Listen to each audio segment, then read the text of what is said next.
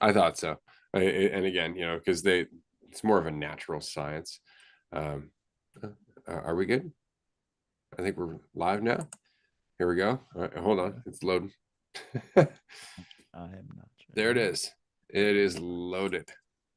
Here we go. Load the chat. And here we are for an episode of Dualistic Unity Raw call-in edition. I love these episodes. They're so much fun. So I'm going to throw this out there right now for anybody who is watching, anybody who is listening. If you would like to join, go to dualisticunity.com/live. Fill in the information, fill in the little form. The checkbox says, yes, I know it's going to be an episode. And other people are going to listen to me. And then you're going to jump in, you're going to chat, and that's it. It's really that simple. You don't have to know what to say, just that you are willing to say something. And then once you're here, something will come out.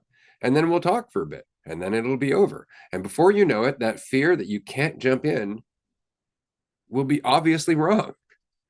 And that's the whole point, is that you don't know, but you keep assuming you can't. You keep assuming it's too much. But all of that assumption is what you're afraid of. It's not the actual act of talking to us that you're afraid of, because we're just people. What are you afraid of? It's all of the other stuff in your head. What will they think? Will I run out of something interesting to say? What are other people going to do if they're listening? What about the comment section? All this stuff is just pointless. What about it? What about it? Your experience is far more important. And if your experience is currently run by fear of having a conversation with two people who quite obviously don't give a shit, then you may as well conquer that. You may as well just call in, join us, let that fear go, so that you can move on to some other ridiculous fear and then let that go. And the other thing to keep in mind is that if there are any super duper judgmental cocksuckers out there, this is not a podcast they're going to be able to listen to for very long. They're not going to be able to stay in that mentality of like judgment without very, very quickly coming to realize that it's just their own shit that they're noticing. It's just their own stuff they're pointing out. They're just avoiding their own shit by judging you or saying something about you or getting mad or frustrated at you. So, yeah, to your point, it's not about even, what you say or what comes out. It's just jumping in and seeing what happens. So, for anyone out there who's listening, or even someone out there listening to this after the fact, we do these every 2 weeks. In 2 more weeks from now, today is Tuesday, January 9th. So, Tuesday, January 23rd, we'll be back and you can hop in. And on Tuesday, January 16th, we will be on a roundtable. And that's a full episode where you just get to be there and jump in and maybe only speak up once or twice, or maybe you just show up and say something and or not even say something. And you can just be there and they're a great time. And then if you don't want something recorded, we do what the fuck? I just got flagged for hate speech on TikTok. What did I say? Was it cocksucker? Oh, it was. Oh, it was. That's funny. I said judgmental. Cocksucker, though. That I feel like that should balance it out in a sense. But anyway, there's plenty of ways to jump in. And I know there's a lot of people out there who listen, who will have listened to this and maybe are hesitant about jumping in. And our Patreon groups are a great place to do that. If you don't want to pay, we do the free ones every Wednesday. So do that too. Lots of places to jump in. We're just a place, a jumping in place, opportunity to jump in. That's what we are. That's what Dualistic Unity is. A pond that you can just jump into when you feel like it, when you're ready. But yeah, it's a lot more exciting to jump in, even when the water feels like it's a little rocky. You'll be all right. You'll find your balance. So there's my little spiel. I'm just laughing about the fact that you got flagged for hate speech. And admittedly, their issue is the word cocksucker. And I understand, absolutely. On the other hand, nobody's saying it's a good cock. Like, we're not saying anything about the person doing it, but perhaps their judgment is a little off. Perhaps they're not discriminating between cocks. And it, in fact, is a bad cock. So you see, different context, different meaning. We may just be talking about their ability to judge cocks. and their neediness that influences their lack of ability to judge cocks. So there we go. I hope I explained that. I know TikTok doesn't give a shit about context, but that's really the point. TikTok doesn't give a shit about context. Most people don't give a shit about context because we're already lined up to get offended about something almost all the time, right? Like if it's something that we're really upset about, somebody brings it up, even if they don't bring it up directly, but it's something like that's like 6 degrees of Kevin Bacon away. Like you're just like, and we're just waiting for it because we've been holding on to it. It's something that bothers us. We want to take a stance against it because it bothers us, right? If it's something in our head and it's something that's bothering us, it's very much like a monster that we're dealing with. And every time we deal with the monster, we want to fight back. Makes sense, right? This thing scares me. I want to fight back. And every time we fight back, we make it fucking bigger. And so now there's nothing except the fight against this thing that's in our head. It's not that it's not out in the world, but our resistance to it, our assumptions of it, our attachment to it is in our head. And so we don't have to fight that monster. We can just look at it as a fiction. Because what comes first? Your experience here and now. Is it worth letting a word bother you? Is it worth letting a word tear you down when in fact any judgment that might be coming with that word is solely the poison that the other person has to live with? Why share that poison? Fuck that noise. There are plenty of things that you can take and get offended by. People say rough shit about me every day. It's not like, everybody on my TikTok feed just loves me questioning identity at all. I have been torn down by a number of people who are like, you're stealing things from my culture. You're a colonizer. You're a skinhead, all kinds of stuff. It comes from all different corners. And the whole thing is like, I get all, well, how they're making assumptions about me. It's the same thing with being male, right? Like, how often in a day do I hear how poisonous men are, right? It's not wrong. It's just not solely about men, right? It's about people of a certain mentality. And so I could get all like, well, yeah, but I have a penis too. Hey, right? But then I'm suffering. And more importantly, if I'm suffering and I'm repressing shit and I'm holding on to that shit, then guess what happens? I end up lashing out and proving them right, which is the whole point, right? The only reason the stereotype is there, the only reason the assumption is there is because there's such a general, a general validation of that assumption, which comes from a general lack of awareness. And it's just, that's all it takes. Just be aware and don't get triggered. Let it go by. Why let it tear you down? That said, we have somebody in the queue.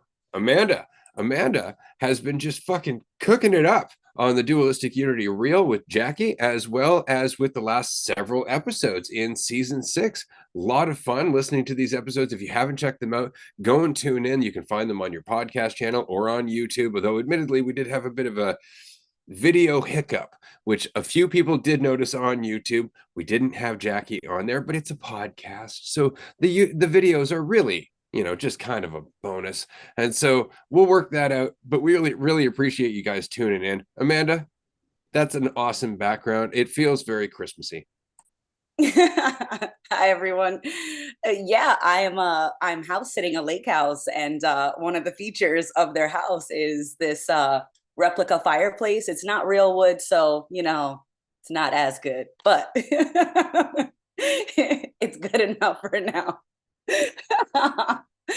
Oh my goodness. I was just listening to you guys, but I learned my lesson the hard way last time. And so we made sure to turn off all the other devices before I actually jumped on so that it wasn't like super choppy. But always happy to jump in, and not knowing exactly where we're going to go because we don't need to get anywhere. Let's just enjoy what's available, and what's available is your company. And I greatly appreciate it. It is always great to have you here, Amanda. And I was going to ask, like, is that a real background or is that like a Zoom preset default background? Like, holy shit, that's so dope. But yeah, fucking shout out to that the last two, all the episodes you and Jackie put out are fucking awesome. But the last two have definitely hit for me. Like, I think season 6, episode 6, Looking for Problems. And then the one we put out either yesterday or this morning, Living for Yourself. Like, Oh man, that one hit because like how much we sacrifice our self for someone or something else. And like every time you think like, oh, I want this person to like me, yeah, differently. There's a trade right Mhm. there. And it's like how much of yourself are you willing to sacrifice to maintain some superficial sort of situation?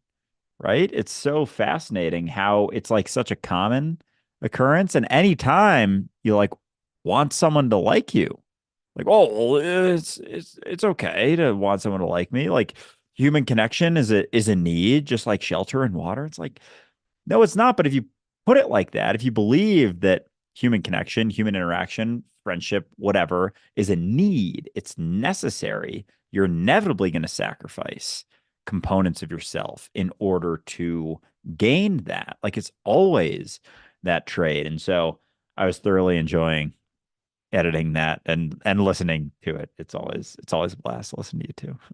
Oh my God. I love it. I don't even remember what we said. And I know you guys experienced that too. And it's just because you're so like engulfed by the moment because you are that moment and you're having so much fun and you're not thinking as or you're not thinking it's not as hard to just share the thoughts that are coming up because you're not holding on to them or you're not judging the ones that are rising to the surface. It's just that you're just going with the flow and things are happening and you're not making an opinion about it, so it's easier to forget. And so I do have to read it, I do have to listen back to it. But you know what's so funny is that I have an easier time remembering what everyone says. Like anytime someone hangs out with me, I have a pretty good memory and it's so easy for me to remember what everyone is doing, what everyone is saying. But for me, I just like delete the files. I'm like, I don't need to pay attention to what I'm doing. Like I need to pay attention to what everyone else is doing because I need to make sure that I'm aware. I need to make sure that I'm paying attention because if I don't pay attention, I'm going to miss out. And it's like, what am I missing?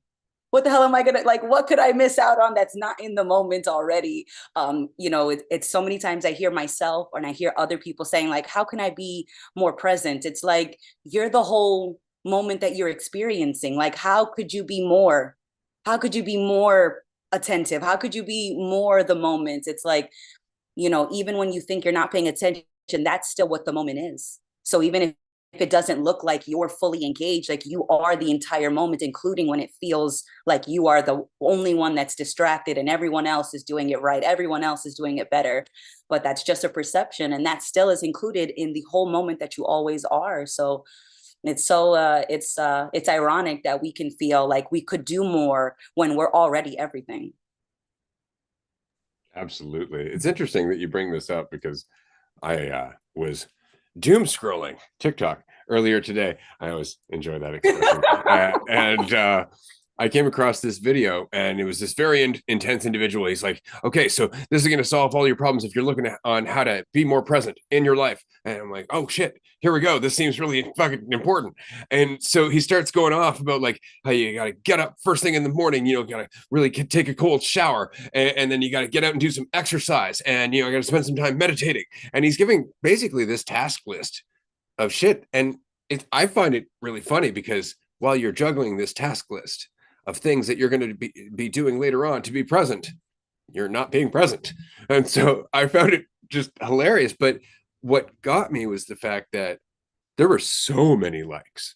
Like there were so many likes. I think he had like 27,000 likes. Like I can't even imagine how many fucking views the video got because it's a silver bullet. It's exactly what the ego wants. It wants a fucking to-do list, right? How do I get control of this letting go situation? And then somebody comes along, he's like, here, this is how you let go. And you're like, of what? Let go of what? And that's the alternative question. What are you holding on to? Is it real? Otherwise, what you're trying to do is you're trying to get to somewhere. You're trying to get to the moment. You're trying to get to the present. You're trying to get to yourself, all of which you always are. But nobody likes that answer because in that, they're left with who they are. And it isn't until you look at it that it starts to dissolve. It's not until you look at the fiction with self-honesty and go, oh my God, I'm totally making that up, that it starts to fall apart. That's the only way through, is to sit in it. But as long as we're distracting ourselves with this, silver bullet mentality, as soon as I get there, I've achieved enlightenment. As soon as I get there, I've found God. As soon as I'm there, I've got the right way to live. As long as we're doing that, we don't deal with shit. And we don't recognize how easy of a distraction it is. We really don't, because we're so invested in the idea of action against our suffering rather than just action despite our suffering.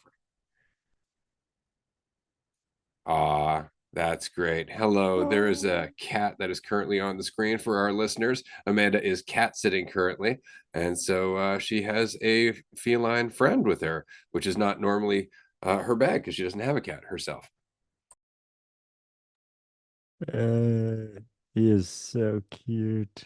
Oh my Her name God. is Pumpkin, and she is not being a cooperative actress, but that is okay. But no, but she came to say hi, and I was just like, I'm like it looks like I'm practicing magic over here. It's like, no, there's a cat. Oh my goodness. But I just I love it. I love just winging it, because it always feels like I am winging it. Like, even when I have felt so certain about being present, or I have beaten myself up for not being present, all of that's based on an assumption. Like, I never actually know for sure what's happening, what it means, how it'll impact me later, how someone else is perceiving it, whether they like it, whether they don't, whether their assessment is accurate. And like, we're all just making guesses, and we're all just doing our best, even when we think we're not. And it's like, I judge it because I think it should be something else. And I was listening to one of the lives you guys did earlier, or late last week, and somebody in the comments was like, how do I deal with my regrets? And I'm like, your regrets may just be an assumption that you should have done things differently, but you only think you should have done things differently because you judge what you did or didn't do. But when you just accept that you always are making the best choice based on what you know, or what you have available, there's never a better choice. But it's so easy to judge yesterday based on today's wisdom, to judge yesterday's choice based on today's experience. But you only have the experience, or you only have the experience that you have, the wisdom that you have is only based on the experience that you had in the past. So it's impossible for you to go back and make a better choice if you hadn't lived through the experience that would have taught you how to make a better choice going forward. And it sounds, it sounds like matter of fact, and it kind of is. Kitty. I love it. I love it. Hello, Pumpkin is ready for her close up. Get into it, people. Hello, Pumpkin. I saw your butthole before. It's nice to see your face. It's a lot for a first date, but she's just, she's a little, Right. she's a little excited. She hasn't been on a date in a while. She's a little rusty. It's like, is this how this goes? Do I show him this? I haven't been in the dating game in a while, but I want to make sure Usually, do I appear friendly? Do I appear welcoming? usually at least the second date by that point. No, but I love how life is just like that. You're doing something, all of a sudden a cat jumps in your lap. You're like, wait a second. I didn't plan for this. I didn't request this. It's happening. It's not a bad thing. We adapt, we pivot. And I love what a dear friend said recently to me was, our pivots have upgraded into pirouettes, And it's so true. Like, you pivot and you adapt, and then sometimes you pivot so seamlessly, so quickly, so effortlessly that it turns from adapting to the change around you to dancing with it, to dancing as the change that you're experiencing. Absolutely. And I just wanted to say to everybody, because I know I threw that into the intro for Raw 134. That was me pivoting into pirouettes, because I love the imagery. And for anybody who hasn't actually met me in person, yes, I actually physically demonstrated what I was talking about, because of course you have to. You're like, look, this is a pivot. This is a pirouette. And that's the whole point, because you're dancing through your life. After enough time of just getting used to just not letting things hit, it's just like, oh shit, move, move, and that's it. It's just keeping on the move. It's when you get rooted into position because it somehow defines you. Oh my God, if I don't fight this right now, it means I'm less. Why? What is the point of that? It's not to say that there aren't certain things that you should stand up for, but even then, it's not standing still like a rock. It's standing still and moving. It's guerrilla warfare. It's that kind of thing. It's not just standing there and going, bring it. I'm strong enough. What are you trying to prove? Right? It's always an act of intelligence. Well, fucking said. And so like as long as you maintain that idea of yourself, of whatever, and believe that that's the case, like you then act based on that assumption. But like what you're saying before, Ray, with like, as long as you assume that that's correct, you're going to run from that. And it isn't until you sit with it and look at it that you can realize it's bullshit. But like you got to be willing to sit with it and look at it to realize it's bullshit. Otherwise, it's not bullshit. It's like assumption and then run from it, do something about it, run away from it. And and it's only when you sit with it and look at it and realize like, oh, this is what I've been running from, but this isn't me. But to recognize that you gotta be willing to sit with that. Otherwise, it's just going to be this sort of assumption that's like right over your shoulder your whole life until you're like, wait, what? All right, hold on a second. What is this motherfucker back here? What is this thing that's been looking over my shoulder? You're like, oh, wait, that's not me. That's not it. But it's only when you get curious, like, what am I? Otherwise, it's just keeps being that fucking prolonged assumption forever until you're like, oh, maybe I'm not what I think. And then you sit with it, but then you unravel a bit, and then there's something you can fucking, do about it at least, as opposed to just of trying to avoid this thing that isn't what you assume it to be your whole life. Isn't that funny? I mean, how often do we just spend so much time being afraid of something that never ends up happening? Right? Oh my God, what if I go talk to them and they say this? What if they do this? What if they thought this? And then you go and you talk to them and none of that happened. None of it happened. So all of the fear came from all of our assumptions. We could just, cut through the middleman and just go find out. Isn't that funny? Like, that's the whole thing. We've done this so many times where we sit there at home by ourselves, not able to do anything until the situation is actually happening, right? Or even after it happened. And we just waste our time thinking about something that we're not having any sway over. We're just destroying our moment. In fact, destroying the state of mind, especially if it's something that's coming, destroying the state of mind and balance that would get us through that event the best, because we're worried about it coming. When we could just admit we don't know, go do it. And then it's done. Life is very simple that way, right? It's just that it's all this stuff in our head. And as long as we think that could possibly be the case, then we're in some serious shit. Like I said, no matter how sure you think you are, just admit you don't know. It's amazing how much that'll change your mind about everything. Everything, right? How many of our stupid fucking assumptions, or how many of our let's just say, our more foolhardy ventures are based on assumptions that we just didn't want to look at? We're just like, surely it's going to work. I mean, that's the famous last words, right? Look what I can do. Oh my goodness. And for, I guess, the way that I have experienced it firsthand is just that all of my assumptions are just one way I try to make myself feel better. And all the times that I try to control the situation, it's because I wanted to feel better. All the times I manipulated the people around me, knowingly and unknowingly, those were all attempts to feel better about the uncertainty, about not having the exact prediction of what was going to happen next, exactly how that was going to influence my life. And I treated each moment as if each moment was going to be like the path to heaven, or or I'd be doomed. It's so crazy that I have in so many instances thought that one choice would doom me forever.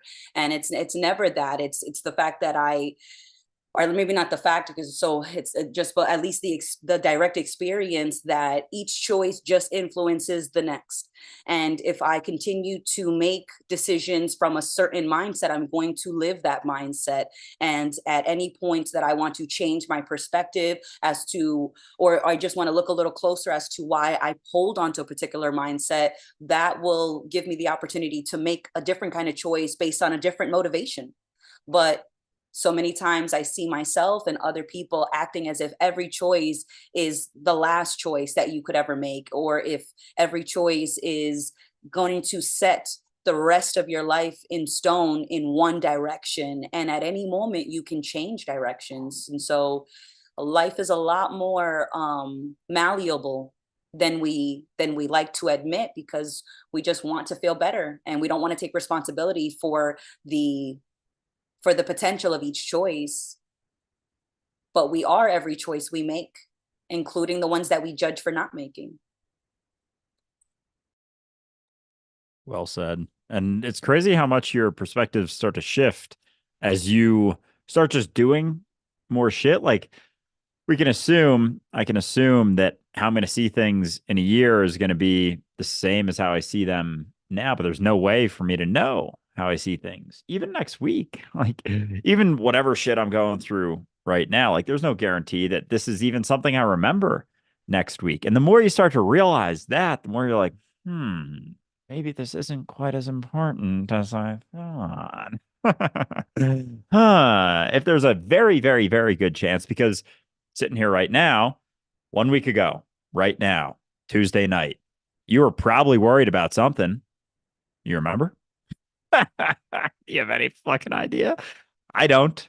I don't even remember yesterday's shit going on, like at all. So you think there's a good chance that it's going to be the case, and when it's not, be the case tomorrow, next week, next month, next year. When it's not, like, oh, okay, maybe so it's not maybe as important. Maybe this is more important than this stuff. Maybe it's always far more important. Shit's actually happening right here. Like things are going on right here. You can say something and someone can say something back.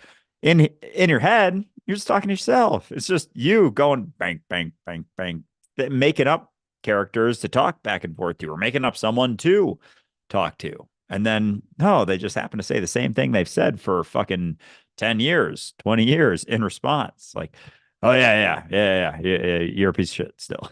Yeah, you still suck at that.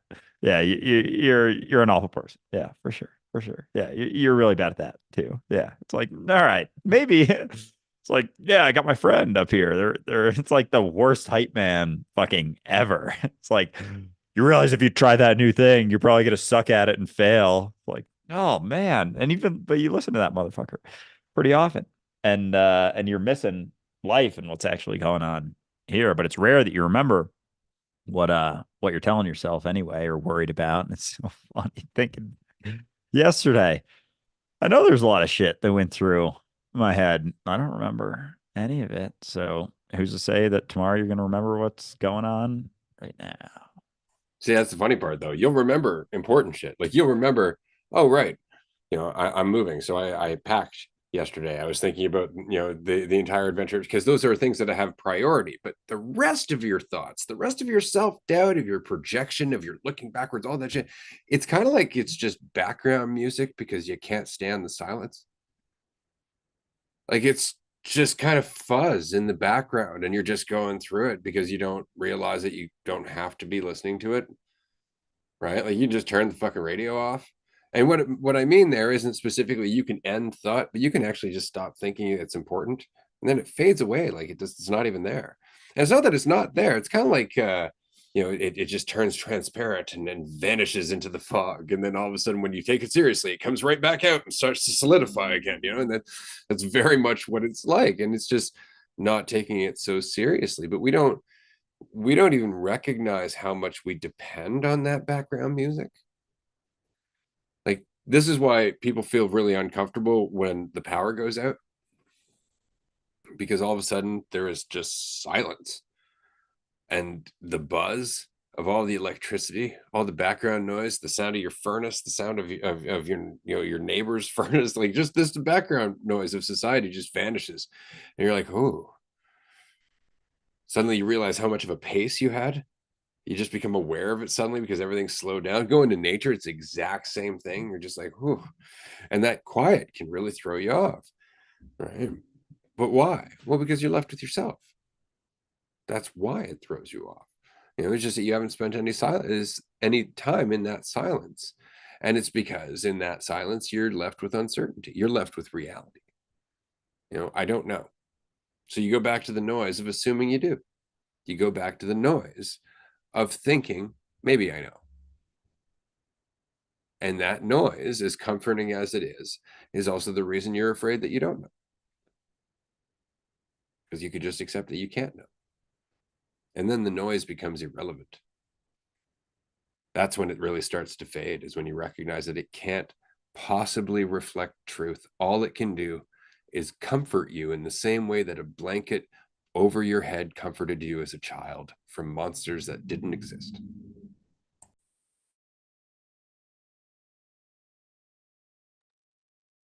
That's definitely the experience. Your assumption is more like a blanket to cover yourself, to hide from monsters that don't exist. Because usually it's just an assumption that you're doing something wrong, that you're doing something, that you could do it better, that someone else is doing something better than you, that everyone is on track and you're the only one that's not. It's just a monster that we create, and then we forgot that we created it, and we treat it like it's some irrefutable fact that just can't be banished or can't be fought. And it's like, your thoughts and assumptions aren't monsters to fight, but they're considerations to keep in mind as you move forward. So I was recently rewatching Raw 31. Sometimes you just gotta shut the fuck up and keep moving forward. And I absolutely love that episode. When it first came out, I probably watched it like 15 times in like the first week. And then I would put it in rotation and I would watch it like once a week. And then I recently watched it again, and it was just it's just sometimes I like to run from the monsters that I create, because it's one way for me to cope. It's one way for me to pretend that I'm helpless, that to cry.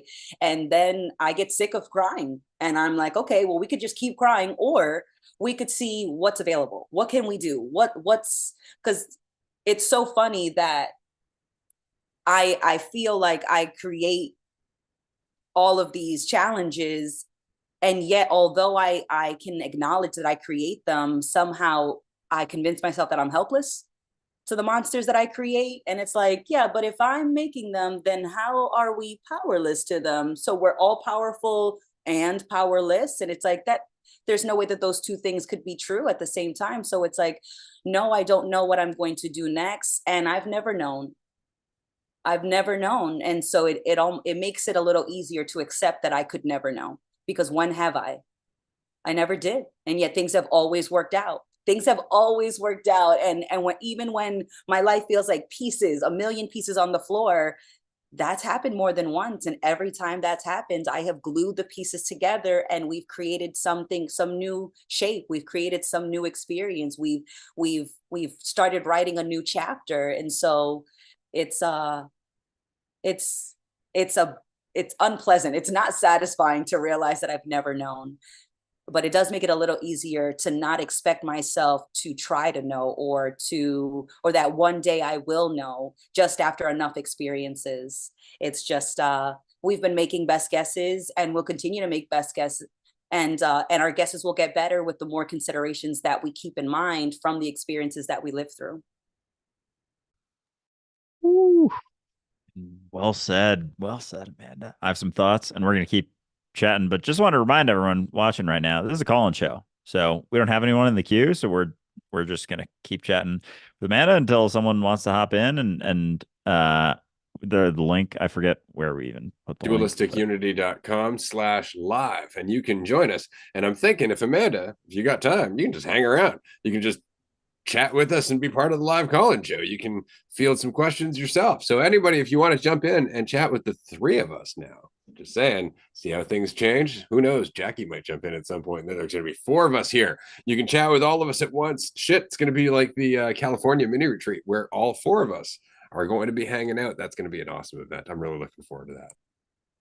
Oh, likewise. And before then, we got Virginia Beach, February 1st to 5th. There's still, I never remember if it's 3 or 4 tickets. I've just been saying 3, but there might be 4 left. But there's a couple tickets left. There's not no tickets left. So, been interested in hanging with us, chilling out, smoking some stuff. I can never remember what I can say. I'll probably get flagged Like a on lot TikTok of cannabis. We're going to be smoking a lot of cannabis. Not necessary if you don't want to smoke a lot of cannabis, but if you like smoking cannabis and you like to have joints rolled for you, this is a perfect opportunity. And I'm going to be going for a walk on the beach, which is something I love to do. I get very chatty. It's something I reflect on shit. It's going to be a great time. So you can come walk on the beach with me. You can come hang out with us in the backyard. We can play pool together. And if you've never played pool with us at a retreat, it's a treat. It really is a great experience because nobody gives a fuck about whether or not you can play pool. It's really not about that at all. It's just an opportunity to get to know one another because you're like, oh fuck, I'm really insecure about making this shot. And then we all laugh because like, I get that. That's funny. And that's the nice thing about hanging out with us is that you can be as vulnerable as you want. In fact, we encourage it. The more vulnerable you are in terms of just being authentically you and expressing the shit that you're going through, the more we're going to get out of the experience. If you come to the retreat and you're holding on to shit and you're keeping yourself at arm's distance, you're not going to get shit out of that. You might get a little bit, but you're not going to get as much as you could if you just went in there being willing to just be yourself. Be yourself. You're not feeling good, talk about it. Like in terms of like, oh man, I'm really judging myself. Great. Let's have a talk about that because I was doing the same thing 3 seconds ago. You're like, what? Really? And that's the value of those conversations. Come to the retreat. It's well worth the time. It's 4 days. We all eat together. Hell, most of us cook together. It really is just an experience. It's like the best sleepover ever. It really is. I've talked about it that way before. But if you were a kid and you had dope friends and you could do whatever you want, this would be that feeling. You're just like, this is a fucking dope house. And we all got these beds and we're chatting and we're staying up late and there's nobody to fucking answer to. It's great. It's absolutely great. And it's just meant to be like that. Light, playful, a chance to be yourself around other people who are doing the same thing. Virginia Beach, February 1st to 5th. Check it out on the website, dualistiCunity.com. But yeah, live call-in show, dualisticunity.com/live if you want to join us. Yeah, well, I would love to stay and chat with you guys. And I look forward to, someone from the audience, from somebody that's watching. Like, I hope that you join us because I'm nervous right now. And as much as I love talking and I talk all the time in almost every situation I'm in, I still feel nervous. And I still think about being sensitive to the people that are around me and paying attention to the ways that they communicate back to me, because so much of our communication is way more than the words that we say. So I focus less on saying the right words and I focus more on where those words are coming from. Am I trying to impress the people that are around me? Am I trying to convince them of a point? Am I trying to burst someone's bubble? Or am I just sharing something that's interesting to me? Am I sharing something that I'm curious about? Am I sharing just from a place of enjoyment, instead of sharing from a place of need? And that usually makes it easier to just say what I feel like saying, not what I think people want to hear me say, because I've done that and that didn't really work out well. And so I'm grateful for working in certain environments where there were corporate politics and you had to work the room so you could climb the corporate ladder at a certain speed and you want to know the right people. And it was like I did that and that felt so incredibly heavy. And I still work in corporate environments, and yet somehow it feels lighter. And I think it only feels lighter because I don't think that it means anything whether I have what I would consider a successful meeting. I don't think it means anything whether my boss loves me or is neutral about me, or doesn't like me. I don't think it means anything if I make a horrible presentation, because that's not all I am.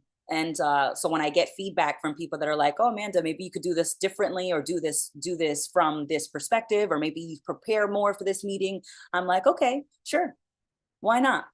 Because it doesn't mean anything whether I have a fabulous presentation or whether, I break the projector within the first 5 minutes of the presentation. Like, it's still a part of the experience, and I have every opportunity to learn something.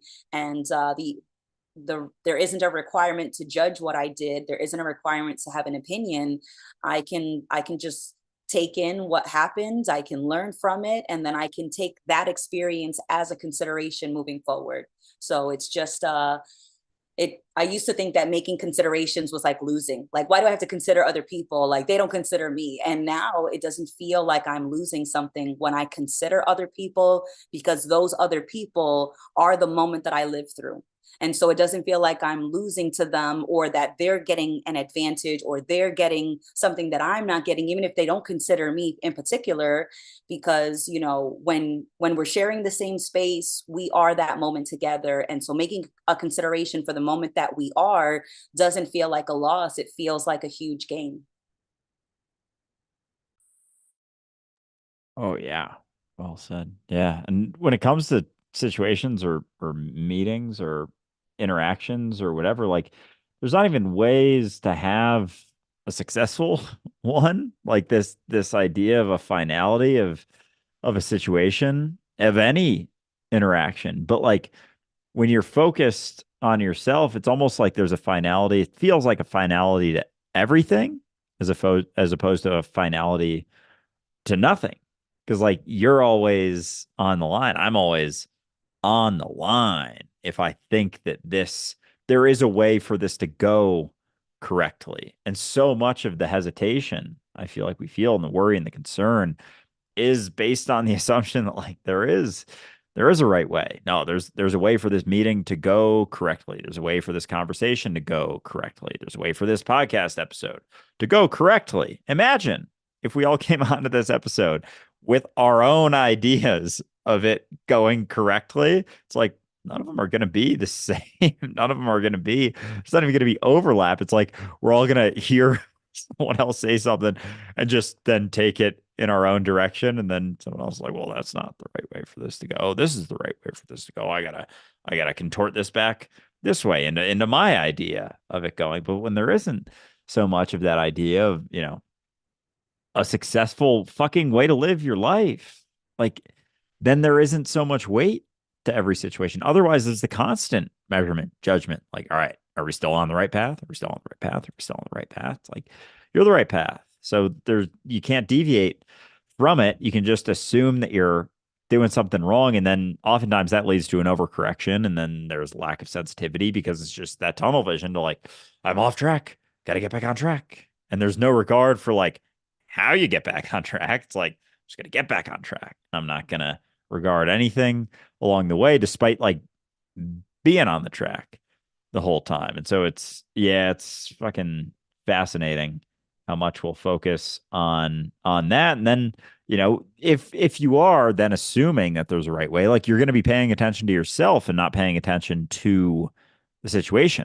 Because you can't really do both. You can't really pay attention to yourself in your idea of what's going on or what should be happening and pay attention to what's actually happening. It's like you're kind of paying attention to one or the other. You're paying attention to reality, what's actually happening, or your conceptual idea of what you think should be happening, like everything that's going on, or yourself. And as you pay attention more and more to yourself, like you keep missing what's actually going on in reality, which is where things are playing out, which is where you can get involved, which is where that idea starts to dissipate because you're actually paying attention. And so much of the idea is built upon not paying attention.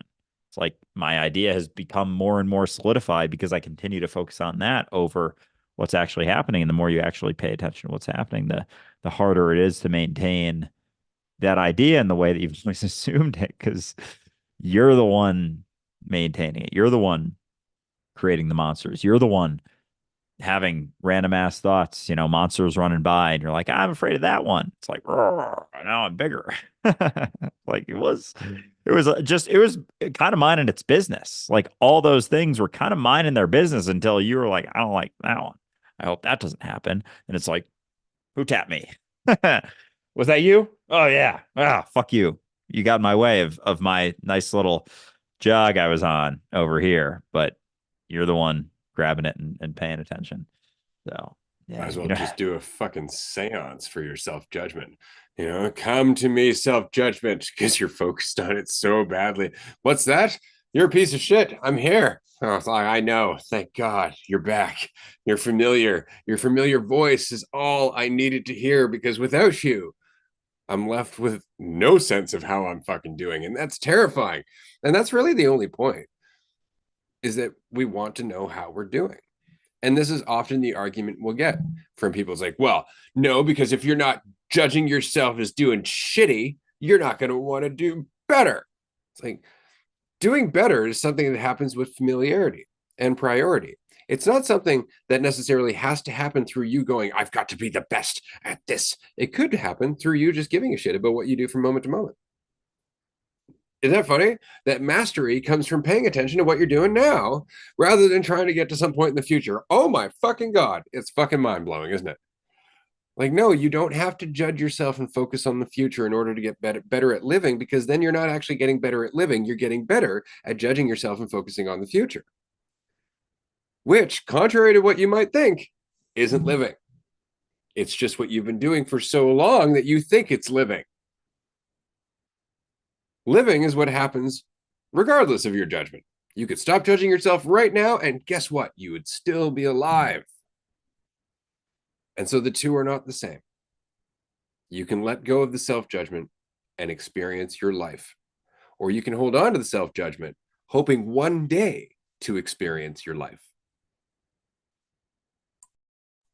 That said, we have somebody in the queue. Thank you, Brave Warrior, for joining us. I just want to mention to everybody else that you can do the same. dualisticunity.com/live. This is going to be Jay. Jay, who has come to a few of our retreats now and is a constant presence in our Patreon groups. We love his insights. We appreciate all of his experience, and we're glad that he could join us here today. So this is going to be a lot of fun. Thanks for being here, Jay. I know that you were struggling through some technical difficulties in terms of your mic, so let's hope that worked out.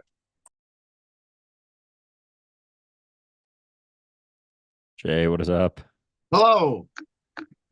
Can you hear me? We can. I can also see the right, alien we did doing it. the boogie behind you.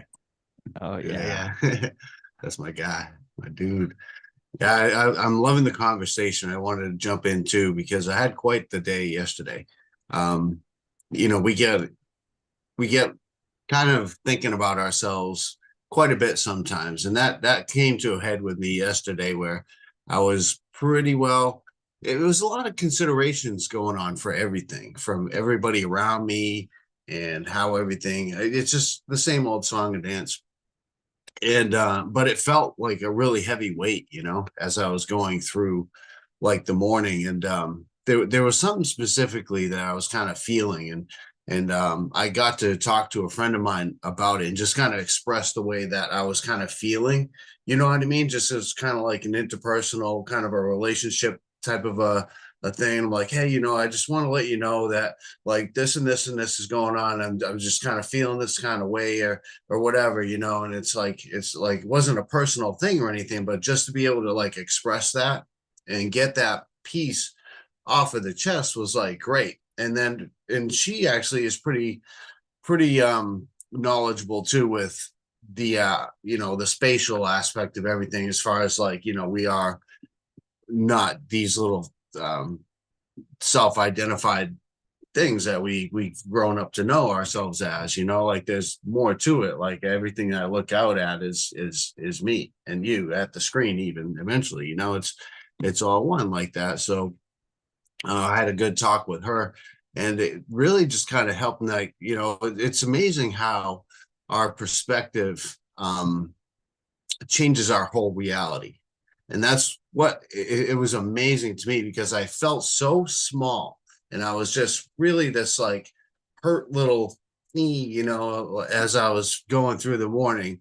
And then later on throughout the day, I'm like, you know, just feeling great and walking around, my, you know, just like doing great, like feeling good, looking good, doing good, you know, like all kinds of energy. And it was just more of an expansive kind of a feeling to everything. It was more like zoomed out feeling, which was kind of what it's the internal is the external, you know, the what's within is without. And it really just kind of came out like that yesterday. It was pretty cool to see that progress throughout the day. And it was cool because as I was like really feeling my most expansiveness, I was like at the gym on the treadmill listening to you guys record that extra live episode, which was pretty dope because I couldn't see it, but I could hear everything. And it was like, yeah, a really cool conversation. I enjoyed that one yesterday. Yeah, thanks, guys. Appreciate you for informing it, Jay, as always. That was a very fun one. That'll be for anyone listening or watching. That'll be season 6, episode 9. Nice little 6-9 action. It was a very fun episode. But Jay, I hear you, man. Like, and how often, like, I'll be, we'll go through something and then not that long after, you're like all of a sudden feeling pretty okay about things. And like the back and the forth and so much for me these days it's just been like, oh, I'm taking myself really fucking seriously. It's like that's the point because I'll take in considerations, kind of like you're saying, like all of a sudden start seeing all of these considerations, be like, holy fuck, oh my god, oh, like patterns of avoidance, things I haven't done, things I should have done, things I wished I had done, things I might have to do, things I haven't, whatever, and like all this shit, like all these things, like oh, I gotta overcome that. I gotta do that. I gotta do this. I gotta do that. And it's like, oh my God. And then I'm like, oh, and then I gotta be good at it. I gotta be better at this or better at that or improve at this or improve at that. And then I'm like, holy fucking shit. I'm taking myself really seriously right now. And as soon as that hits, it like kind of settles down, but there's almost like a beneficial, necessary component to like those considerations coming into view. It's like, removing those blinders, seeing a little bit more, but then also balancing it with realizing like, oh, I don't have to be, the perfect version of myself. Like that's just this assumption. What does that even mean? It doesn't even mean anything or even like improve in any way. It's just, all right, you just saw more. You realize some things that maybe you hadn't been seeing before. And now, but like, you know, taking that really seriously is taking yourself really seriously. And that doesn't do anything about those things because I'll get caught in that and then be like, all right, how I have to like quickly change and overcome this stuff or deal with this stuff or face this stuff or whatever. And then it hits me like, oh fuck, I'm taking myself really, really goddamn seriously right now. And then I kind of laugh, like, okay, what can we do right now? There's something to do right now. It's not the whole thing. It's like seeing a whole fucking restaurant full of meals and thinking you gotta eat all of it. It's like, no, there's a limit to what you can do right now, but you can do something. You can start chipping away at something or do something a little bit differently because as those considerations arise, shifts the actions. But when you see all of them, you're like, I got to do something about all of them right now. And you don't. And a lot of that, I think, at least for me, stems from taking myself really, really seriously in that moment. One thing that really helped me is just kind of taking action in some kind of a way, you know, because it's tough to get out of those states at sometimes, you know, it seems like you're just kind of stuck in that, like, and sometimes it just feels like that's just the way it is now. Like I just kind of, you know, get that feeling like, oh, I'm just fucking shit. I lost it, you know, I lost the magic. I lost that flow state, you know what I mean? But that the flow state is really kind of like, yeah, like I'll come back, please. But that flow state is really like really home. And it's more home to me now than it has ever been. And the times that I get lost in it now is really kind of it's eye-opening more, and it's more of a curiosity. It's like, oh, look at that, oh, that's cool, you know, like something to, you know, something to just be with for a minute. You know what I mean? And just kind of accept, because all these things that come up is just the thing that kind of sucks about it is when we don't accept these parts of ourselves, like the unacceptance and the avoidance of different parts of myself is what really kind of makes it a tense situation, and where I get really stressed and really like identifying so much with myself. It's just because, like, yeah, it's hard to put it in any other words than that, really. But yeah, it's just really it's freeing to know that it's just a curious thing. It's just, feelings just need to be felt sometimes, and it's nothing that needs to be avoided or thought about much more than that. Just like as a feeling comes on, like, I'm feeling anxious, like, and I'll be like, you know what, let's just like chill with this anxiousness for a minute. Let's see how this feels like, and I'll be like, and I'll try to even accelerate, like, let's get this anxious going, and then the more I do, and the more I just kind of accept it and sit with it, it just sort of like dissolves. And I'm not saying that's the way to do it. I don't know. It's just something that I'm like trying out, like, lately, to feel these states without like avoiding it, judging it, trying to be something different. It's just the feeling or emotion, whatever it is, it just needs a place to flow.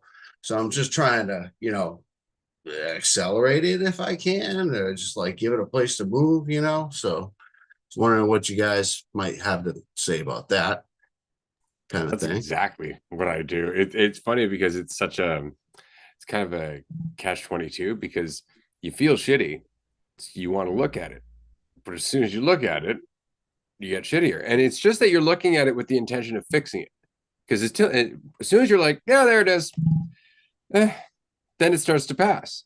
But as soon as you're looking at it like, oh, I gotta fix this shit, I gotta go through this, and you start to think about how long it's going to take to pass, it just takes so much longer. And it's so hard to do that because it's counterintuitive. Like, you're going through it, you're like, this needs a solution. It's like, it's not a problem. It's not a problem. Whatever the problem is you're thinking about, but the fears, the doubts, all that other shit, you don't have to do anything about them. And as soon as you try to do something about them, that's when they get worse. So for me, it's exactly what you're doing. It's just keep doing it. Just keep practicing, right? It's like I was saying the other day, like, I just exhale.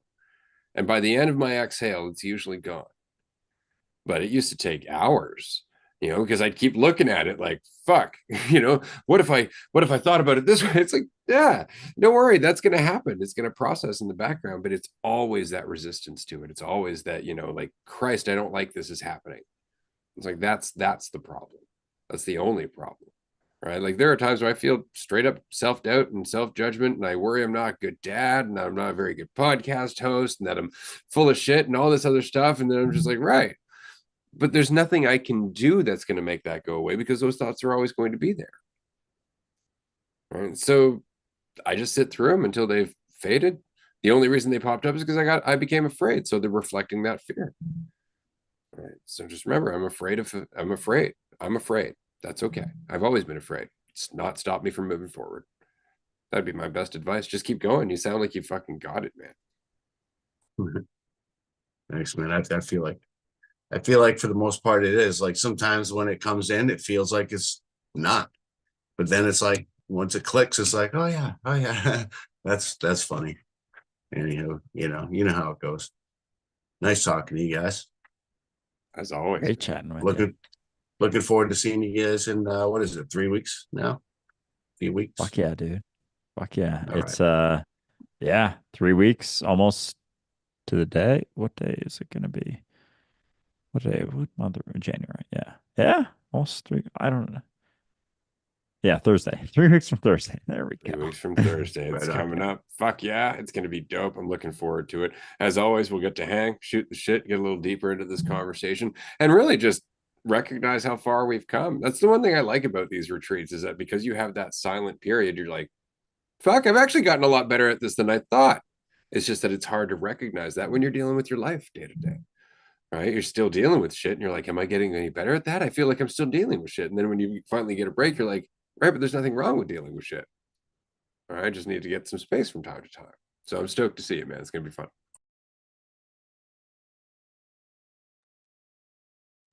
Very much looking forward to it. And loving the alien dude.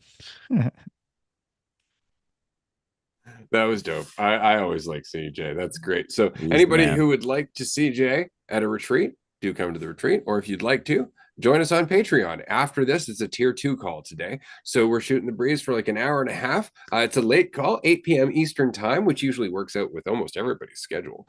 So if you'd like to join us, please do. There's a free trial for a tier 2 membership. If you haven't been on Patreon before, it's an excellent opportunity to see what it's like. So it's a lot like this, except with more people.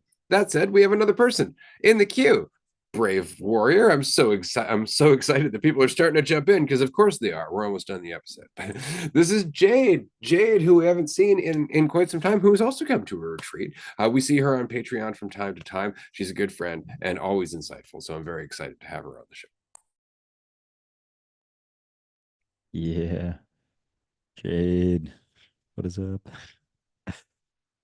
As her audio is loading. Hi. What up? How you doing? I am Great to see good. you. Can you hear me? Yes. Okay. Um, Ray, you were like speaking directly to me, calling me out, being like, get on the show. And I was like, I've got to take the dog down.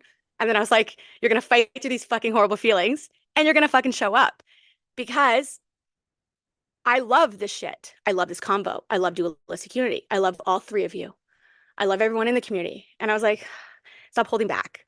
And I hold back because I'm scared, right? Like I'm fear. I got all these thoughts, and it's like, don't listen to them. Like, just let it be, because we are expression,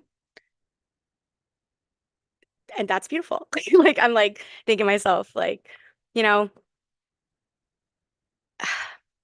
I'm just breathing because all the thoughts came up of like you're being recorded or like people are gonna see this or whatever, whatever my brain wants to just convince me of that. I'm also grateful that I'm now seeing it and just taking gentle steps. But within that, still playing a fucking victim. But not right now. Okay, I'm here. So I'm like, I'm happy, but I'm sweating. My heart's racing because it's uncomfortable. And I'm very like, I'm realizing I haven't been transparent a lot in my life, meaning I show up when things are like somewhat, I think I know how they're gonna go, or I don't know, people are gonna see the real side of me. And by mean that as like the other side, right? Like not that happy, bubbly, go-getter, energetic, can like be a chameleon. Woo woo.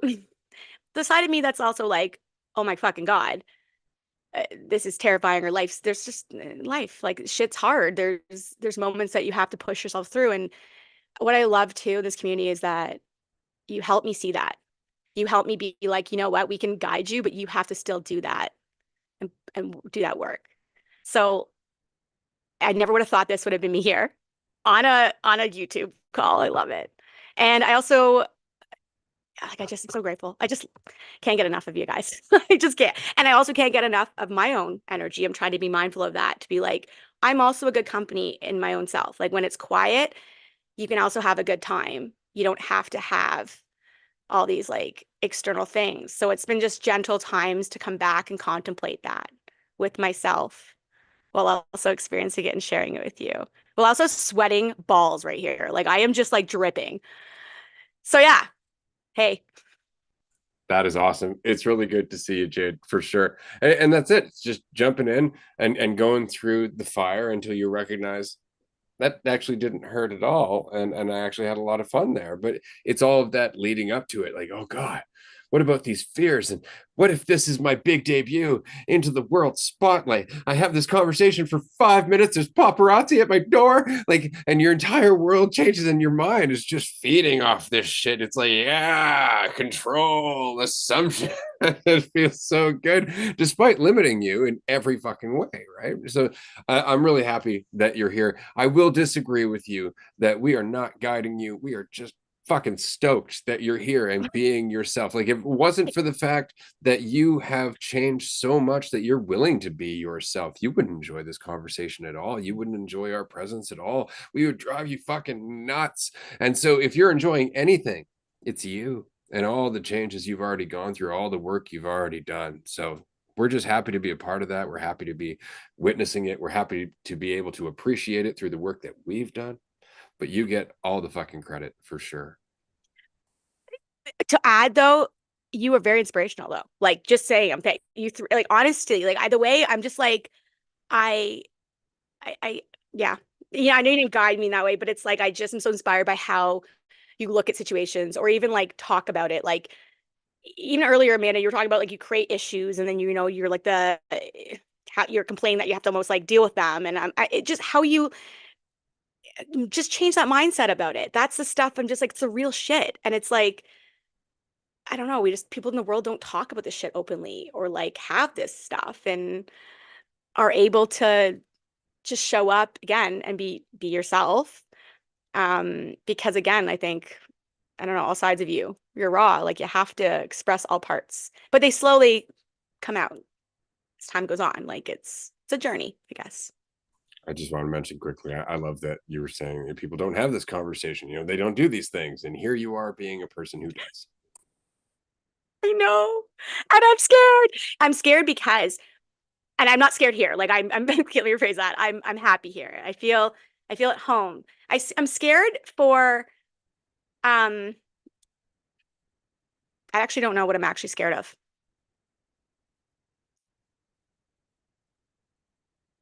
Yeah, fuck. I'm like really like Uncertainty might just be a word. Like we're scared of what we don't know. We're scared of what we think we know. We're just scared of existence because we think that we're separate from it. And that's just a guess, right? Like that's why I always when someone like when you're saying that we're inspiring, you're inspiring. I so appreciated getting to know you and meeting you at the Vancouver retreat. It was life enriching. And I remember having moments and telling you like this is a once in a lifetime moment that I'm sharing with you, Jade. And I'm so glad to be in it with you. And I know that we may have many more moments, but there will never be a moment exactly like this because we are co-creating it from the place that we are. And as we create moments, we create them from different places and different inspiration and different mindsets. And but this moment right now is everything that we are creating. It's everything that we're giving. And I think it's that we resonate, right? Maybe that's another word that we can say. It's that, you know, someone is inspirational and maybe you feel like you learn things from other people, but you only learn with what you resonate with. So as much as I have felt like a tutor or I have felt like, you know, like I was in a teacher like role, I never really could guarantee that anybody would learn anything. And it was the other person in that interaction that was creating the lesson and giving me credit for it. But I was just something that could be resonated with or could not be, in the same way that you are something that I very much resonate with. And so I'm so glad that you jumped in, and I'm so glad that you continue to be a ripple of change. You know, you continue to be whatever you want to be, even when you think it's great and even when you think it's not, but you're always contributing. And so it's like, how can I be more active in life?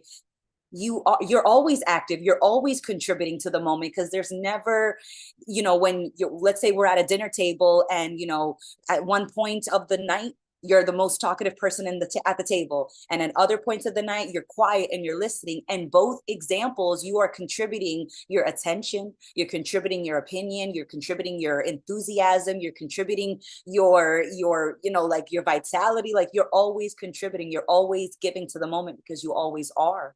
And so I feel incredibly lucky to be in this moment with you and to learn from you whatever lesson I kind of let myself find, because there's nothing but opportunity. And so I am very inspired by you, Jade, and I'm so glad that you're here being yourself and learning and sharing that with us, because you don't have to, but I'm really glad that you do. love you. Thank you. Like God. Yeah. I have so much love for you and everyone and me, all of us, the whole community, everyone. We're all just walking each other home, right? In that way. And yeah. Oh yeah. just to add to the Jade appreciation train that we're on right now. You inspire me a lot. Like people watch the podcast, listen to the podcast, hear us say some stuff. You don't see what goes on, behind the scenes. What's going on in my head as I'm going through stuff. And the moment to moment shifts where it's like a jump back to being fucking 15 years old in high school, petrified of fucking everything, worry about everything. And so anytime someone expresses something or they're like, oh, I'm fucking afraid of jumping in. I've been in that position so many times where I have not jumped in. And I know that feeling, the feeling, sweaty hands, sweaty pits, petrified. So like the weight of everything coming frog in my throat, like, oh, classes, we're going around reading a book in class and it's like, oh, 2 people away, 1 person away. I'm going to read my passage real quick to make sure that I know what I'm saying. Oh, fuck, it's me. All right. Try not sound too nervous. Jump in. And like, I still get that stuff like all the fucking time. And it's just, there's certain situations that you've done a number of times. There's certain situations that you haven't done a number of times. And that's the only difference. No one's better than anyone at anything. It's just some people have jumped into a certain thing more times and for things that you haven't jumped into as much, like there's things that come up, but like there's so much inspiration in that and someone being like, I'm fucking nervous as shit and I'm gonna do it anyway. Like that happens to me all the time for episodes. It's like, all right, I'm fucking nervous as shit for this. I don't really know how it's gonna go. Don't really know what to say, but like I don't really have a choice for this. Like I have to jump in or on a call where someone's talking. I'm like, oh fuck, I kind of blanked out for like 30 seconds, but I kind of have to, respond with something here or say something, or they're oh shit, they're directing a question at me. Fuck. All right. Well, hopefully this makes sense and isn't entirely the opposite of what thing they're talking about. So just to clear the air, it's fucking awesome to see anytime. And everything you say is insightful as shit too. That's the funny thing is like when you do jump in, I'm like, fuck yeah, that's awesome. Oh man. Oh yeah, I resonate with that. Because like as anyone's talking, like as Amanda's saying something, I'm saying something, Ray's saying something, you're saying something, Jay's saying something. Like we're all just speaking from our own experience too. It's like we're just saying stuff. I'm just talking about shit, usually stuff that I experienced earlier in the day or last week or a conversation I had or whatever. And it's just speaking from our experience, and everyone has that capability. Like everyone has their experience, and there's so fucking much. We forget how much there is to our experience and like how much is in there when we do just jump in. But until you jump in, you can't find out how much is in there. You can't know how much is in there until you jump in. And that's why it's so fucking exciting to see people jump in. And there's still stuff that I'm like, I'm like, all right, I'm jumping into this. We'll fucking see. I'm nervous as shit, but we're gonna learn some stuff. And we're gonna find out, and we're gonna see how it goes. And it's not gonna mean anything about me, whichever direction that it goes. But something's gonna happen. You never really know who's gonna resonate or how it's gonna go. And there's a lot of beauty in that. So I also appreciate you very much, Jade. I'm very glad you hopped into this call today. Well, thank you. Thank you. I appreciate it so much. And like, yeah, through the fire, because now we're going to express ourselves more. We're going to show up, post a little bit more on social media, eventually get out there. Because I really want to talk more about even dualistic unity. I've been like hiding it. It's like, why? Like, why am I hiding this? This is epic. So thank you. I'll see you later. Thank you. We appreciate you being here. As always, we'll talk to you in the Patreon group, hopefully. Hi, Jade. Isn't that funny? And this is something that I think it's because we value the intellect, the intellectual mind, the conceptualization so much that when we think about the word insight, we immediately think complicated concept. It's got to be something that a philosopher up on a pedestal with a white beard and a tablet would say. It's got to be something that like mystifies. And we forget that insight is really kind of the same as self-honesty.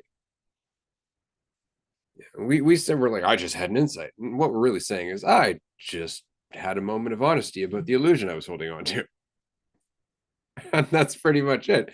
And so people come into these conversations, they come to the groups and they've come to the retreats and said, I'm worried I'm not insightful enough. Like, wow, that was an insightful thing to say. Now we have something that we can take off with because you are worried about not being insightful enough. That concern is something that everybody has as soon as you have a concept of what it means to be insightful. But to recognize that that moment of honesty leads to a conversation, which leads to a revelation, that's the door to insight. Has nothing to do with being clever. It has nothing to do with, being a philosopher or a psychologist or anything like that. It has everything to do with just being willing to look at yourself, because it's an insight. It's sight in. So there's no way for you to do it other than to be self-honest, because you're being honest about yourself. You're being honest about your existence. That's where the insight comes from. It's not from your intellect. It's not from being clever. It's from just being yourself and being willing to. Oh my goodness. It's my brain was translating what you were saying, right? It was like, yeah, people think that they're not insightful because in some way they think that they're not impressive, or they think that they don't have value to give. They think that they're not good enough. And it's just one word that they use to describe the lack of that they think that is their contribution. But it's not that you have to be impressive or you have to sound intelligent. It's being relaxed. And when you're relaxed, it feels a little more effortless to look at the relationship that you have with yourself, and not the idea of what you think you are, but what's left when you let go of all those ideas of what you should be or what you should be saying and how that impacts everyone else. It's just in some way accepting that you are valuable and that you don't have to do anything to be valuable, because your existence, your experiences are valuable. You're living them, you're sharing them. From those experiences you're learning, and you're getting opportunities to share what you learn, not because you want to be the smartest person in the room, but because you can share what you experience, you can share what you are, and you don't have to measure it. But the intellect always wants to measure. The intellect always wants you to jump through a hoop and measure yourself against someone else, because you have to make sure that you're valuable. And it's like, how is existence not just magical inherently? How is existence not just valuable with effortlessly? You're telling me that life isn't valuable, and how are you separate from life? How are you separate from life? And if you're not separate, then how is your value separate than the value of everything that's around you and within you? And it's just because it's also very easy because of the culture and the mindset that we grew up in, right? So it's also I don't have to have the expectation that I should have done anything differently up until this point. I grew up in an environment that valued measurements, and so of course I did. Of course, that's what I prioritize. And so there shouldn't be any judgment of the fact that I did do that, that I like to do that, that I looked forward to doing that, that it was second nature to measure every choice and everything that I thought that I was and wasn't. It's like, of course I did that, and I don't have to. And it doesn't mean anything that I did those things, because in those things, I learned that I didn't have to do those things. And that was worth every single time that I judged myself, is coming to the realization that none of those measurements mean anything, and I can measure myself going forward. But again, future measurements also don't mean anything. So it's just, it's nice that all of those judgments weren't in vain, right? So like, even though it sucked to measure myself, to compare myself to other people, it was worth it to realize now, and to realize more and more, that none of that meant anything, and I don't have to do that going forward. And if I hear about someone's perception of me, that also doesn't mean anything, because everything is just an opportunity, and I can do anything that I want with the opportunity that I am. Well said. It's like we're all professional measurers almost. It's like, what do you want to be? when you grow up? I'm going to be a professional measurer disguised as a firefighter. I'm going to be a professional measurer disguised as a businessman. I'm going to be a professional measurer disguised as a doctor. It's like that's the baseline, and like that's the common mentality. It's like, no, I'm a pro measurer. That's what I do. I'm really good. No, I've gotten very, very good, and I now feel good about my measurement. It's like that's the fucking spectrum. It's like, do you feel good about your measurement or do you feel bad about your measurement? Because here, you feel bad about your measurement, do this, take this, learn this, get this, grow this, whatever, and now you can feel good about your measurement. But it's all under the guise of your measurement's correct.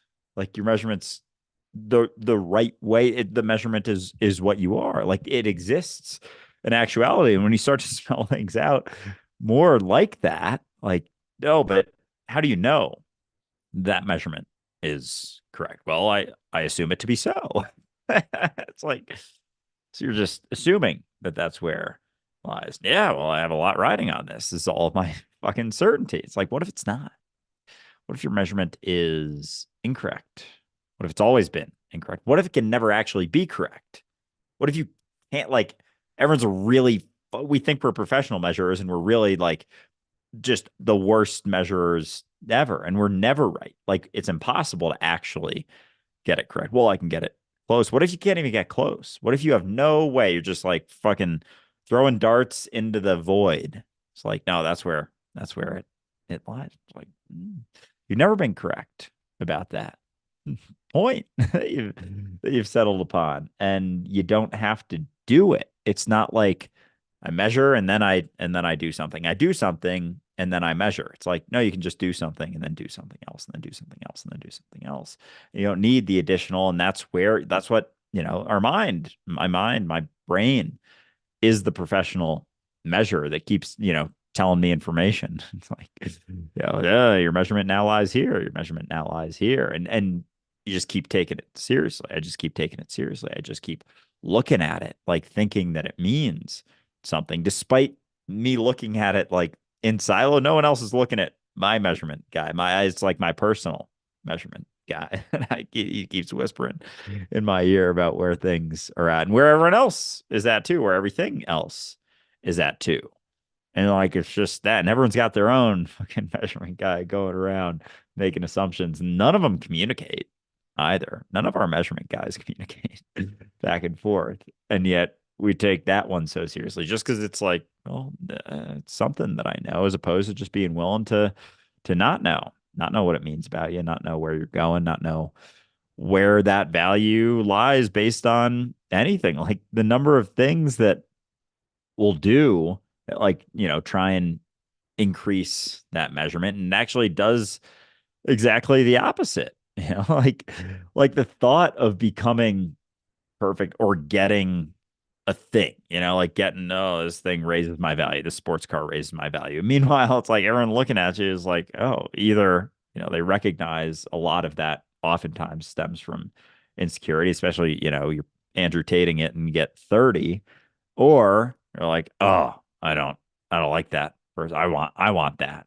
And like, so they don't like you, they just want to be you, or they recognize where it stems from. So you're not really winning either way. It's more so for you because your little measurement guy is telling you that raised it. And yet, the environment, when you actually start paying attention to something besides yourself, indicates that maybe that isn't the case. Maybe that isn't really what you even want, is for that measurement to be up here, because then that just sets you, separates you from everyone else. Do you want to be alone in the fucking castle up on the top of the hill just by yourself the whole time? Or do you want to be, boots on the ground, interacting, fucking living, going through stuff, and willing to, fucking kick the measurement guy out, fire the measurement guy? I don't know. Thinking about firing him. We'll see. But Andrew, if I don't measure it, how do I know it has value? And isn't that the funny thing? We have this assumption that things don't intrinsically have value. Like, it's so funny. It's like, until I measure it, I have not created value in it. It's like, actually, all you've done is recognize some of the value. all you've done is recognize how that thing can be used. You've recognized a new purpose. I mean, how many things have we disregarded as having value until all of a sudden technology comes along and they're like, oh, you know that mineral you weren't using? Yeah, we can make batteries out of that shit. What? All of a sudden now it has value. My favorite example of this is shit. Straight up, you'll look at it and go, that has no value. It's like, yeah, try growing crops without it. Right? Like there's a lot of value. Forest fires, it has no value. Yeah. How do you think new forests grow? How do you think all that life is replenished? How do you think the world cycles through its toxicity and its sickness? Like the tree diseases exist. A forest fire wipes that shit up fast. It's just no, it has no value because I don't see the value. I haven't measured it to see that value. And the only way I can measure it is if I know all the information, which means that we can't ever actually measure the value. And yet our first assumption is that it doesn't have any, regardless of the fact that everything serves some purpose. Everything is connected to everything else. So everything else has the same equal amount of value, regardless of whether or not we've recognized that value. And that's really all measurement was supposed to be. It's like, oh, how much value do I think this has, according to the needs that I recognize? But if your needs are all of a sudden expanded, all of a sudden your context is expanded, all of a sudden you can recognize more value within anything. So the idea that you can measure it is pure arrogance. I love it. We have so many jobs for our professional measures, inspectors, and they're inspecting everything from food to education to property values. And it's like all we do is measure everything, and yet it's not even an accurate measurement.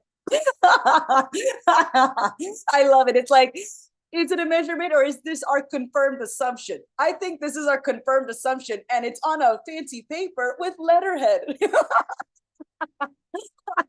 I love it. I love it so much. Oh my God, the insanity. I find myself laughing so much more often just because it seems pure insanity. And I'm like, and we take this insanity seriously? That's hilarious. That's, and it's just because we think that that's the only option available to us, forgetting that we created this experience. So many times, I would find myself, or I'd hear other people saying like, that we've got to change this world and change this system. And I was like, did we forget the part where we made it? I feel like we forget the part where we made it. This world that I complain about, I contribute to with every choice that I make. Every choice votes for and contributes to the maintenance of some concept. And if I really want to complain about the world and the system, I think from my current perspective, that it makes more sense to take a closer look at why I make certain choices. What's motivating them? What am I valuing? Am I valuing feeling better? Or am I valuing actually paying attention to what I think I need? And then realizing that I don't need anything, that my life could fall apart 1,000,000 times and I could rebuild 1,000,001. It doesn't matter. It's okay that things don't always go my way because I don't always know what's best for me. And even when I think I do know what's best for me, that is an assumption because I'll never really know what's best for me or what's best for anyone else. And so when I've been thinking about giving other people advice, I have taken the most recent approach of just reminding them that any advice that I give them is a guess, and that the best guesses are going to come from them, because I'm looking at a sliver when I'm looking at their life. And even though they're not looking at, the full picture, even for themselves, they're looking at a sliver. At least they live it. And so when they're making their guesses, they're going to live through that guess. And unless I'm willing to, kind of handhold somebody through my advice, it just doesn't make sense for me to give it.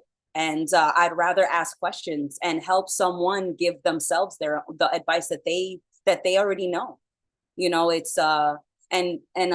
I definitely have noticed recently that when I have given advice, I have gotten upset when people haven't taken it, which made me realize, was that advice or was that me subtly making a request for them to do what I think is best for them? And that's where I see my almost annoyance when someone asks me for advice and they don't take my advice, and I'm like, well, what the hell did you ask me for? And it's like, I assumed that I knew what was best for them, and maybe them not taking my advice is what's best for them. I'll never know for sure. But what seems to make more sense is when I give advice, would I take it? What have I taken it? Do I live the advice that I give? And in the instances where that is the case, that's where I've had the greatest influence.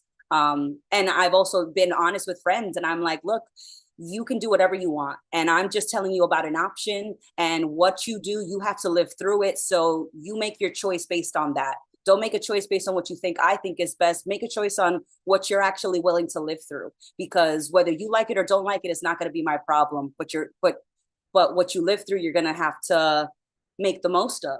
So when you're making the choice, is it a choice that you want to live through, or is it a choice that you think other people will approve of? And that's the kind of question that I've been asking people lately. And it seems to be more helpful than controlling. But again, that's my assumption that what I'm saying is helpful, because at the end of the day, I'm not doing anything. And so that's why I never wanted to become like an official life coach, because I never wanted to charge people for their work. They're doing all the work. So what am I? I'm nothing more than an accountability buddy, or I'm nothing more than just a check-in. Hey, did you do the thing that you said that you wanted to do? You did? Great. You didn't? Also great. Like, so I never wanted to charge people just to check in to see on what they did. It always just felt like I'd rather just be a friend that listens when I can, that shares my experience when I can, and doesn't judge the choices that someone else makes, because that's better than charging them to take advice based on the opinion on what I think is best for them, which is a poor substitute to what they know, to what they live through. This is true. It does help to know that there's information that you can pass on that's of use to people, but when it comes to like relying on themselves, it really does have to come from themselves. That said, because you are in fact knowledgeable and you do have certain things that you do like to pass on to people, it has nothing to do with them having faith in themselves, or rather it's another opportunity for them to practice faith in themselves. We have a workshop coming up January 19th and January 20th. Amanda and Jackie are hosting a research and information literacy workshop. Wanted to make sure I got that right this time. They're basically just going to walk you through how to find the shit that you're looking for, how to actually go through the information, pick apart the bullshit from the things that seem credible, where to find that information, and how to, again, know that you can find that information, because that's often what gets in our way the most. And so while she's not going to tell you, you must learn to do research, if you would like to learn how to do research, definitely attend this workshop. If you can't make it on the 19th or the 20th, you can still buy a ticket and you will get a digital download after the fact. I'm fucking pumped for that workout. Oh, Amanda, did you want to say something about it? I saw your mic go off. Well, yeah, I love a shameless plug. I really do. I love it. Oh my God. So yeah, definitely. The research and information literacy workshop is all about just sharing the experience of curiosity and the application of that, what I do with what I'm curious about, because there is so much information that's thrown at you every single day. And I went through the public education system, and although I consider myself an outlier, I had a great time and I really made the most of what was presented, and it seemed like so much was accessible to me and it felt so much more welcoming than most people experience. But it's certainly not something that's taught well enough, in my opinion. They don't teach research in the way of like encouraging your inner explorer. The way that I think they teach research in public education is more so learn how to find the approved answer and then regurgitate that approved answer in a 5-paragraph essay. They don't actually teach you how to think critically, how to find reputable sources of information, how to double check that, how to collect the information, analyze it, and then apply it to answering the questions that you're curious about. And then people feel paralyzed by the mass of information that's around them, and they don't know what to do with it. And then they rely on headlines and people that take advantage of that lack of experience. And I think if there's anything that I could encourage is to encourage everyone's curiosity, that, you know, there's nothing that I do that you couldn't learn to do, because no one starts off at an expert. And the more time and attention you put towards anything, the better that you will get. So if you have trouble with research, if you have trouble with media literacy and understanding the news around you and the information that's around you, then, you know, I recommend joining the conversation where we explore the process of researching and learning. And I love already that while I've been prepping for the workshop, I have learned about different resources. I have learned different tools, because research isn't a one size fits all. And so I want people to understand that it's as customized as your imagination. You know, the way that you might think to tackle a problem, or the way that you might approach a problem, may be unlike anyone else, and they're all worthwhile. And so I really am excited to encourage people to embrace research, because it's a skill set that is valuable throughout your entire life and will serve you in professional and personal environments, and honestly helps, or I feel like it helps me pivot and pirouette in situations where people have felt paralyzed. Oh, fuck yeah. Well said. I'm excited for that workshop as well. Because yeah, my research skills could definitely use some work. School does not really teach you how to do that at all. It's very, and college even less so. Like there's so much less. Oh God, there's so much fucking shit. And I know we've talked about the school system for a bit, and I'm not, blaming it for anything, but there's a lot of fucking crazy ass shit that goes on there. And it's cool though too, with like research, realizing that like you can be like, I can be a research tool as well if I'm curious about something. If I'm like researching and like trying to figure something out, or like something's like, maybe I'll take a weekend and do it and see how it turns out, whatever it may be. Specifically, I'm thinking about like, researching like a diet or something. It's like, try it out for a week. You're reading all these articles. What's the best diet? Which one should I do? It's like, try that. You're a tool. You are a tool as much as you are a tool to be able to do research. You are able to research on yourself in a lot of ways, and that's kind of exciting when you're not trying to figure out the right thing, because the right thing most likely is a combination of a lot of the things that you're taking in. Like there can be a new way of doing something, and yeah, take considerations in, take things in, but at the end of the day, like none of them are going to fit you perfectly. Like you are a specific shape, and all the other things out there are other specific shapes. None of them are your shape, but as you keep trying to plug yourself in to different things, different fucking holes, you're not going to fit into any of them perfectly, because you're your own. There is no hole that you perfectly fit into. There's holes that, come close. There's holes that feel good. I'm not saying that never stick into a hole necessarily, but find out for yourself as well. And so, yeah, it's I'm excited for that workshop, because I know that you guys are good at research, sort of. I mean, I don't know that actually. That's my own assumption, but most people are probably better than me. So I'm excited to learn. And that's the beauty of a workshop, like signing up for one. Like even just taking one little bit of information can shift someone's trajectory, life, whatever. Like I know, because we've done a number of workshops that have put so much weight on like the entirety of it. 5 minutes, 5 minutes. No, we've done 5 workshops. Oh, fair enough. Both. I was like, And there's Ray 6 usually minutes. doesn't give me an aggressive warning, like wrap it up, buddy. Chill with the. We've talked enough about the research. Wrap it up, sir. Wrap it up. Like, wow, I've never seen him do that. Nope, that's not. There we go. Making assumptions. This is not me saying we have 1 minute left. Oh man, that's awesome. Oh fucking A. Oh man. I don't. Oh yeah, the workshops. We've done 5. Yeah, that's cool. We've done 5. And so anyway, I put a lot of weight on the entirety of it. And there's certain things like, for example, we've brought up a number of times with the social anxiety workshop when kicked it off out of a cab. And that hit. Meanwhile, the whole time I'm like fucking sweating, judging myself, sprinting up my 6th floor apartment stairs. Like, fuck, I'm fucking blowing this whole thing. And, someone watching was like, wow, that's the thing that resonated. They were out of a cab and, they didn't freak out and they just kept on rolling and turned the pivot into a pirouette, as we say. So. Well, yeah, I mean, sometimes I am really glad that you brought something up, Andrew, and it's the self-limiting beliefs that we have tied to research. You just said that you think that everyone does it better than you, and that is such a common thought. So many people think that they're not smart enough to be a researcher, they're not smart enough to be a scientist. And I'm like, you don't have to learn everything about a topic the first time you look into it.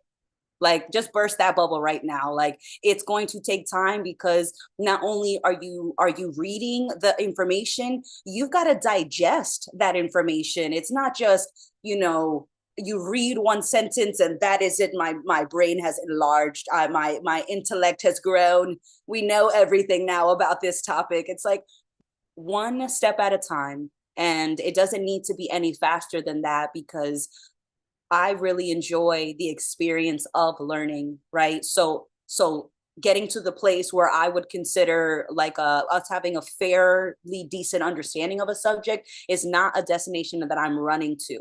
The entire process of learning is the experience that I savor. And so we're not trying to get to this finish line where we know 20% about a topic, or 30% or 50%, or we're expert level on this topic. I just happen to be curious. And with that curiosity, I explore. And with those explorations, I can take what I learn, and that can be a consideration when I'm doing something that relates to that topic. But I don't have to be an expert. I don't have to be a savant, and I don't have to be a genius to want to look into things. We just all, in my opinion, are curious. And that curiosity doesn't have an agenda, in the same way that playtime didn't have an agenda. You weren't successfully playing on the playground because you met certain fun requirements, in the same way that you don't enjoy a topic because you reach a certain percentage of understanding. I have fallen in love with subjects from the first moment that I encountered them. And I had no reference points, painting. The first time I was in an art class and I got to paint, I'm like, oh, this is fascinating.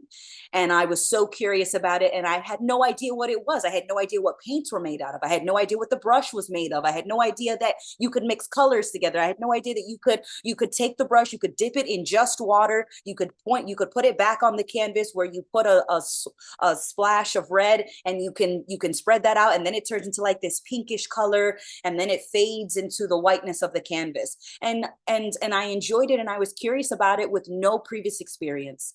And so it's just you don't have to meet a requirement to be curious and then to explore that topic. And I just want to help people challenge their self-limiting beliefs, because there is no expert that you admire that knew their subject on day one. Every person that you admire, every person that you think knows more about a certain thing than you, also went through the beginning stages of learning and being purely curious with no understanding of that subject. And so you don't just flip a switch and go from rookie to master. It's just, and I wouldn't want that anyways, because then I would be missing out on the experience of learning and growing and sharing all that. It's just, I don't want to become a master overnight. There's no point, because then I'm missing the magic of learning something that I don't know, and being curious enough to keep going despite not knowing. Well said. Real quick. Yeah. No, I appreciate you doing that, because I do that a lot and it's just a fucking cop out. No, I'm so bad at this. Self-judgment, such an easy cop out. And like I'm catching myself more. It's like, no, I don't really think that. I kind of honestly, I was just like, I don't really know what else to say here. Oh, there's something. I'm gonna run with that. But yeah, you're absolutely right. And there's so much that we get in the way of ourselves just fucking jumping into shit, and we'll come up with all the excuses, but they're always bullshit. This has been a fun episode. Amanda, thank you for joining us for the call-in show today. That's great. This is something we're going to have to do more often. We're going to have to ask Jackie if she can join us from time to time. Hell, we might have to do another call-in show at some point, because this is a lot of fun. And of course, we love to have people join us on the show. For anybody who didn't join us and you're in the comment section right now, I just want to know I'm not judging you. That's it. I'm just going to leave it there, because I know I don't have to judge you. If you're afraid of my judgment, that was all I needed to say. Otherwise, we would love to see you on Patreon in about 10 to 15 minutes. I'm really not judging you. I understand it's kind of a work in progress, but I do hope to talk to you. It's not so much that I'm disappointed, so much as I really like to chat with you. I would love the opportunity to get to know who it is that's hiding all of that potential from everyone. So please do join us next week if you can, or sorry, 2 weeks from now, or join us next week for a roundtable. You can join us on Patreon for a tier 2 call after this, which gives you access to next week's roundtable as well. Thanks so much, everybody. We will see you soon. Bye, everyone.